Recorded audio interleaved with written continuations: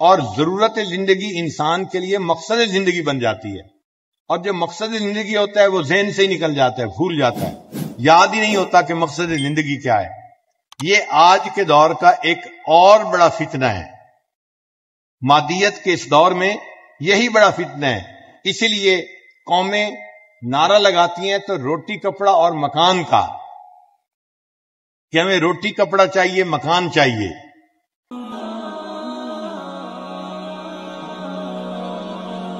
پیر ذوالفقار نقشبندی کے بیانات سننے کے لیے ہمارا چینل مسلم بلیف کو سبسکرائب کریں۔ شکریہ۔ بھئی آپ کو ایمان بھی چاہیے، وہ یاد ہی نہیں ہوتا، ایمان کا تذکرہ ہی نہیں ہوتا کہیں، ایمان بھی چاہیے یا نہیں چاہیے، بس روٹی کپڑا مکان۔ اور اچھا حاکم وہ سمجھا جاتا ہے جو قوم کے لوگوں کو روٹی کپڑا اور مکان پہنچا دے، پرووائڈ کر دے۔ تو مطلب یہ کہ ضرورتیں مقصد بن جاتی ہیں، اور جو مقصد ہوتا ہے وہ ذہنوں سے ہی نکل جاتا ہے، بھول جاتا ہے انسان مقصد کو۔ آج ہماری زندگی کا مقصد بنا ہوا ہے اچھی طرح زندگی گزارنا، سہولت کی زندگی گزارنا۔ بھائی یہ ضرورت ہے، یہ مقصد زندگی نہیں ہے، یہیں پہ ہم غلطی کھا رہے ہیں۔ صحابہ کرام کی جو تربیت کی تھی نبی علیہ السلام نے، تو ان کو سمجھایا تھا کہ دنیا کی ضرورتوں میں اونچ نیچ ہو سکتی ہے، اپنے مقصد کو نہ بھولنا۔ لہذا صحابہ کرام خشک روٹی کھا کے گزارا کر لیتے تھے، پیوند لگا کے کپڑے پہن لیتے تھے، مگر مقصد کو نہیں بھولتے تھے، ایک ایک چیز میں اپنی آخرت کا خیال رکھتے تھے۔ حضرت عمر رضی اللہ عنہ اپنے دور خلافت میں رات کے وقت چراغ جلا کر کوئی کام کر رہے ہیں، حضرت علی رضی اللہ عنہ ملنے کے لیے آئے، عمر رضی اللہ عنہ نے اندر بلا لیا، پوچھا بھائی علی کیسے آنا ہوا، کوئی سرکاری کام ہے یا کوئی ذاتی کام ہے؟ ان کا جی میں تو بس ذاتی طور پہ آپ کو ملنے کے لیے آیا تھا، کوئی سرکاری کام نہیں ہے۔ حضرت عمر رضی اللہ عنہ نے چراغ کو پھونک مار کے بجھا دیا، گھر میں اندھیرا ہو گیا۔ حضرت عمر بھی حیران ہے، اندھیرے میں بیٹھے ہیں، ایک دوسرے کا چہرہ ہی نہیں دیکھ سکتے۔ تو حضرت علی رضی اللہ عنہ نے پوچھا بھائی عمر، مہمان کے آنے پہ چراغ جلایا کرتے ہیں، چراغ بجھایا تو نہیں کرتے؟ تو عمر رضی اللہ عنہ نے جواب دیا علی بھائی آپ نے ٹھیک کہا کہ مہمان کے آنے پہ چراغ جلاتے ہیں، بجھاتے نہیں ہیں، مگر میں نے اس لیے بجھا دیا کہ مجھے اور آپ کو یہ زیب نہیں دیتا ہم ذاتی گفتگو کرتے رہیں اور بیت المال کے پیسے کا تیل جلتا رہے۔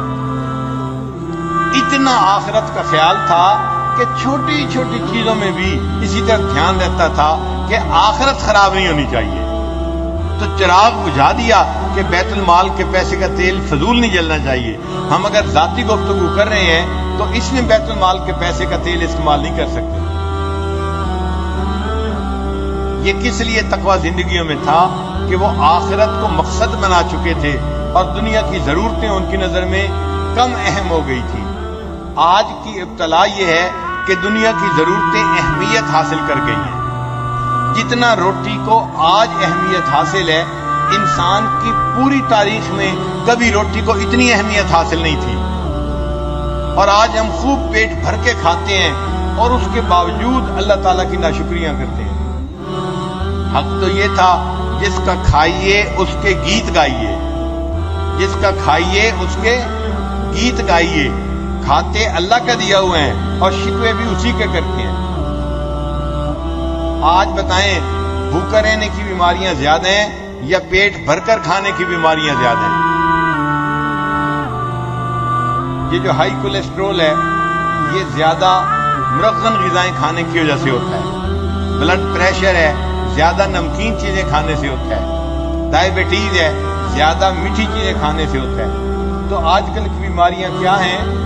زیادہ کھانے کی وجہ سے بیماری ہیں، آج کم کھانے کی بیماریاں نہیں ہیں۔ تو اس کا مطلب یہ کہ آج ہر بندہ اپنی من مرضی کا کھانا کھا رہا ہے۔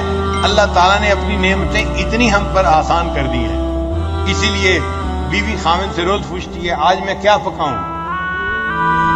خاوند دفتر جا رہا ہوتا ہے نا تو بیوی پوچھتی ہے آج میں گھر میں کیا پکاؤں، یعنی چوائس ہے، آپ کہیں تو گوشت بھی پک سکتا ہے، آپ کہیں تو پلاؤ بھی پک سکتا ہے، آپ کہیں تو سبزی بھی پک سکتی ہے، جو آپ چاہیں گے میں وہ پکاؤں گی۔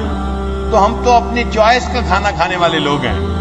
اور کئی لوگ تو ایسے ہیں ان کے دسترخوان پر 3-3 4 قسم کے کھانے ہوتے ہیں. اب ایک سالن اور روٹی بندے کا پیٹ بھرنے کے لیے کافی ہے، ضرورت پوری ہو جاتی ہے، لیکن کئی سالن ہو تاکہ من پسند کا کھانا انسان کھائے. تو ہم ضرورت پوری نہیں کر رہے، ہم تو اپنی خواہشات پوری کرنے میں لگے ہوئے ہیں. آج دعوت دیتے ہیں 7 کورس میل کی عادت پڑ گئی ہے. 7 کورس میل کیا؟ ڈھونڈنے والا ستاروں کی گزرگاہوں کا اپنے افکار کی دنیا میں سفر کر نہ سکا، جس نے سورج کی شعاؤں کو گرفتار کیا زندگی کی شب تاریک سحر کر نہ سکا. ساری دنیا کو کمکموں سے روشن کرنے والا انسان من میں اندھیرا لیے رہتا ہے. اپنے ہی من میں اندھیرا ہے تو باہر کی روشنی کا کیا فائدہ ہوگا؟ تو محنت کا میدان صرف مادہ نہیں ہے. انسان کو اپنا دل یہ محنت کا میدان بنانا چاہیے تاکہ اپنے اندر سے صفات نکلیں. یہ جو ہمارے مشائخ دل پر محنت کرواتے ہیں، اس کا کیا مقصد ہے؟ کہ انسان تیرے اندر اللہ نے خوبصورتی رکھی ہے، اس اندر کی خوبصورتی کو تو باہر نکال ذرا. انسان مائنز پہ محنت کرتا ہے نا تو گولڈ نکالتا ہے، کاپر نکالتا ہے، قیمتی چیزیں نکالتا ہے. ایسے اپنے دل کی زمین پر محنت کرے تو کہیں اندر سے خوش خلقی نکلے گی، کہیں سے عاجزی نکلے گی، کہیں سے اندر سے ہمدردی نکلے گی، کہیں سے پاک دامنی نکلے گی.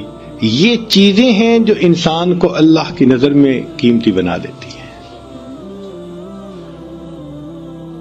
تو ذکر و سلوک کی محنت سے انسان اندر کی خوبصورتی کو باہر نکالنے میں کامیاب ہو جاتا ہے. یہ کوئی الگ چیز نہیں ہے، انسان کے اندر، اور ہر انسان کے اندر یہ خیر موجود ہے. ہر انسان میں اللہ نے یہ چیز رکھی ہے. چنانچہ نبی علیہ السلام نے ارشاد فرمایا الناس معادن، انسانوں کی مثال معادن کہتے ہیں مائنز کو، مختلف مائنز جو نکلتی ہیں ان کی مانند ہے. کمعادن الذهب والفضہ، جیسا کہ سونے اور چاندی کی کان ہوتی ہے. تو ہر انسان اگر محنت کرے تو کوئی سونے جیسا، کوئی چاندی جیسا، کوئی تانبے جیسا، ہر ایک انسان میں خوب اچھائیاں ہیں. ہم اپنے اوپر محنت نہیں کرتے، ہمیں فرصت نہیں ملتی. ہم اپنے باہر کی دنیا میں محنت کرنے میں اس قدر مصروف ہوتے ہیں کہ اپنے بارے میں بیٹھ کر سوچنے کی فرصت نہیں ہوتی. آپ بتائیں ہم دن کا کتنا حصہ بیٹھ کر یہ سوچتے ہیں کہ آگے میرا کیا بنے گا. ہر انسان دنیا میں پریشان ہے کہ میرے مرنے کے بعد میرے بچوں کا دنیا میں کیا بنے گا. ہر انسان پریشان ہے کہ میرے مرنے کے بعد میرے بچوں کا کیا بنے گا. کبھی یہ بھی سوچا کہ بچوں کے مرنے کے بعد بچوں کا کیا بنے گا؟ اس اینگل سے نہیں سوچتے. تو آخرت کے نقطۂ نظر سے ہم نہیں سوچتے، فرصت نہیں ہوتی. تو ہمیں چاہیے کہ ہم اپنے اوپر محنت کریں. مشائخ نے لکھا ہے کہ اگر انسان چند چیزوں پر غور کرے تو اس میں چند چیزیں زیادہ ہو جاتی ہیں. مثال کے طور پر اللہ تعالیٰ کی نشانیوں پر غور کرے تو اللہ تعالیٰ کی عظمت سامنے آتی ہے، اللہ تعالیٰ کی ذات کے اوپر یقین بڑھ جاتا ہے. اللہ کی نشانیوں پر غور کریں. مثال کے طور پر اللہ رب العزت نے فرمایا کہ میں ہر مخلوق کو رزق پہنچاتا ہوں. اب غور کریں تو آپ ایسی ایسی مثالیں دیکھیں گے کہ یقین بڑھے گا کہ اللہ تعالی ہمیں بھی رزق پہنچائیں گے. سری سکتی رحمت اللہ علیہ ایک بزرگ تھے. جوانی کی عمر میں انہوں نے محسوس کیا کہ میری یہاں پر کوئی کام کاج کرنے کی روٹین ٹھیک نہیں، میں ذرا کسی بڑے شہر جاتا ہوں، کام کروں گا، زیادہ مجھے کچھ پیسے ملیں گے تو آسانی ہو جائے گی. انہوں نے جانے کا ارادہ کر لیا۔ اب مشائخ چاہتے تھے کہ یہ نیک اور اچھا نوجوان بن سکتا ہے تو یہ یہیں رہے، مگر وہ سب سے ملے اور کہنے لگے کہ بس میں جا رہا ہوں۔ جب گئے تو 4 دن کے بعد پھر واپس آ گئے۔ تو بزرگوں نے پوچھا، استاد نے پوچھا کہ واپس کیوں آ گئے؟ کہنے لگے جی میں راستے میں ایک درخت کے نیچے سویا، آنکھ کھلی تو میں نے دیکھا کہ ایک معذور چڑیا ہے، اس کا پر زخمی ہے، وہ اڑ نہیں سکتی اور وہ بیٹھی ہوئی ہے، اور ایک صحت مند چڑیا اپنے منہ میں ایک دانہ لے کے آتی ہے اور اس معذور چڑیا کے منہ میں ڈال دیتی ہے۔